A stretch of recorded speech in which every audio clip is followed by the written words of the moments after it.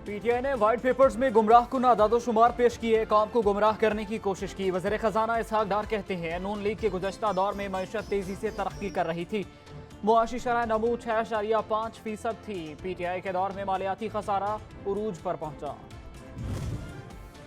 कोई शक नहीं महंगाई उरूज पर है, वज़ीर आज़म शहबाज शरीफ का एतराफ़, कहते हैं इंतहाई मखदूश हालात में हुकूमत संभाली। IMF से मुआहदा टूट चुका था, पाकिस्तान को पांव पर खड़ा करने के लिए हमें खुद हिम्मत पैदा करनी होगी।